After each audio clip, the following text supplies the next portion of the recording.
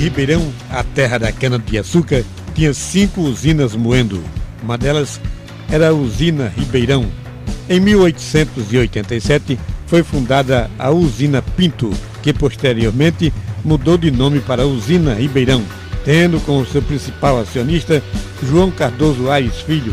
A usina era dotada de estradas de ferro, de motora de 60 centímetros, possuía várias locomotivas e vagões para transporte de cana, tendo alguns de seus ramais que passavam nas atuais Avenida João Cardoso Aires Filho, Matriz de Santana, onde tinha um ponto de embarque de cana, Rua José Vitorino Moura, ia até o Bairro Novo, com um ramal descendo pela atual Rua Silva Jardim, que ia até a Vila Rica, cruzando a estrada de ferro da Greto Oeste. Era uma progressista usina que depois que encerrou suas atividades, em seus prédios funcionou a indústria têxtil, a fiação e tecelagem de Ribeirão.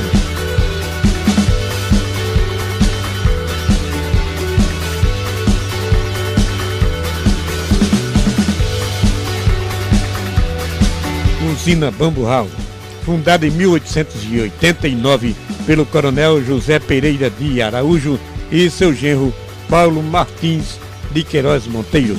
Em 1920 passou a pertencer a Dalvino Pontual.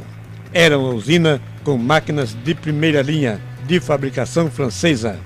Tinha 23 quilômetros de ferrovia com bitola de 60 centímetros, 4 locomotivas e 120 vagões para transporte de cana-de-açúcar.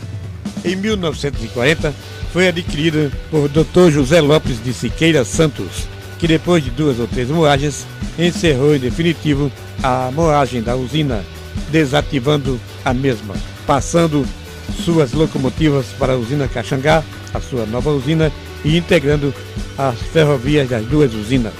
E suas máquinas de moagens foram vendidas, passando a usina a ser apenas uma propriedade rural.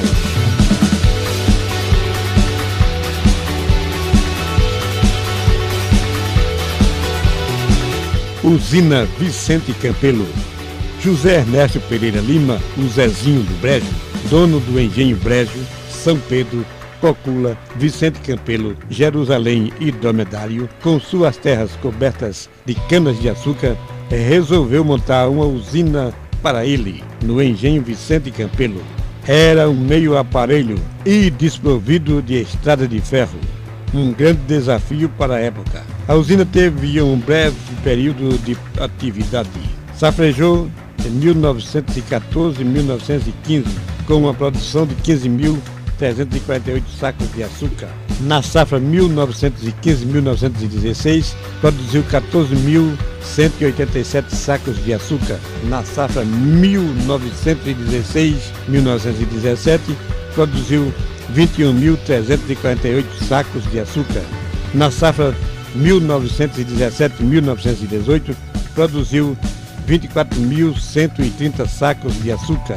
A pequena usina estava em produção crescente, mas foi a última safra, já que o seu proprietário Zezinho do Brejo morreu de infarto aos 50 anos de idade e depois a usina foi desfeita, os engenhos foram vendidos. Quem comprou os engenhos foi a usina Cucaú, Companhia Geral de Melhoramentos de Pernambuco, na época em que João Cardoso Aires Filho era um dos principais acionistas. Ficaram os engenhos São Pedro e Cocula para o filho José Ernesto Pereira Lima.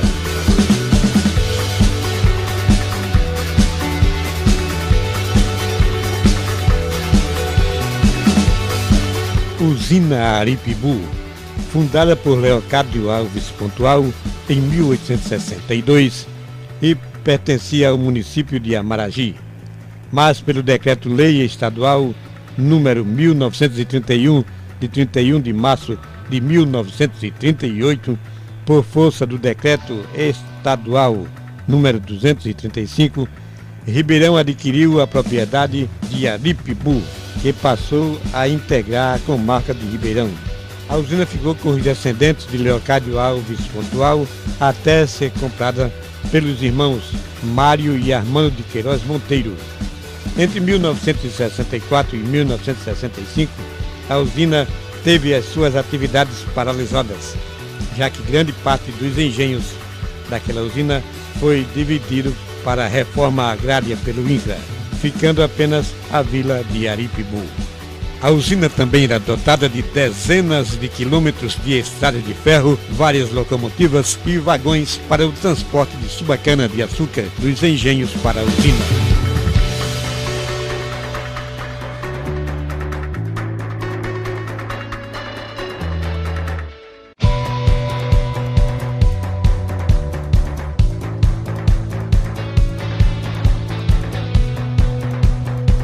Usina Caxangá foi fundada em 1894 pelo decreto de 12 de dezembro de 1894 e morreu pela primeira vez em 1895, tendo como seus primeiros donos Arthur Siqueira, o irmão Etelmino e Antônio Bastos, e estava localizada à margem do rio Amaragi. Em 1904, Manuel Colasso Dias comprou as ações dos outros sócios.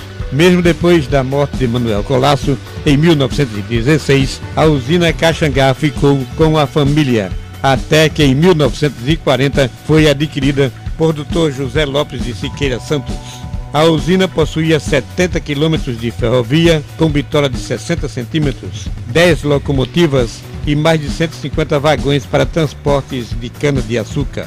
Depois de 18 anos, o Dr. José Lopes vendeu a usina a Dr. Júlio Maranhão, que depois entrou em séria crise financeira, e aquela empresa foi desapropriada pelo IAA, Instituto do Açúcar e do Álcool, em 1964. 4 meses depois, sofreu a intervenção do INCRA, Instituto Nacional de Reforma Agrária, que passou a ter responsabilidade sobre a administração.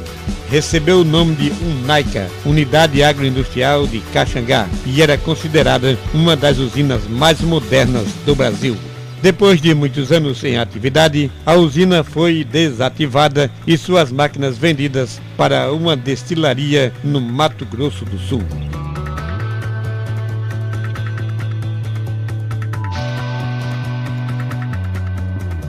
Usina Estreliana foi fundada no engenho Amaragi a vapor em 1891 por João Lopes de Siqueira Santos. O nome Estreliana foi em homenagem à mãe do fundador da usina, Dona Estrela. Entre 1891 e 1943, a usina teve os seguintes donos: João Siqueira Vanderlei e irmãos, João Lopes de Siqueira Santos e Pompeu de Carvalho Soares Brandão. Com a desativação da usina Cachoeira Lisa, no município de Gameleira, as estradas de ferro daquela usina foram integradas às da usina Estreliana, formando uma das maiores malhas ferroviárias particulares em bitola de 60 centímetros da zona da Mata Sul de Pernambuco. As locomotivas também foram incorporadas à frota da Estreliana. Em 1943, foi adquirida por Dr. João Lopes de Siqueira Santos, que ficou com a usina até 1981. Com a morte daquele empresário, a usina foi vendida ao grupo Fernando Maranhão, que é detentor da usina até o momento. A usina Estreliana é a única que ainda está montada e em condições de continuar moendo em Ribeirão. Se você gostou desse vídeo, dê um clique dizendo gostei, inscreva-se em nosso canal, continue nos ajudando a também fazer em vídeo a cultura em Pernambuco. Obrigado a todos.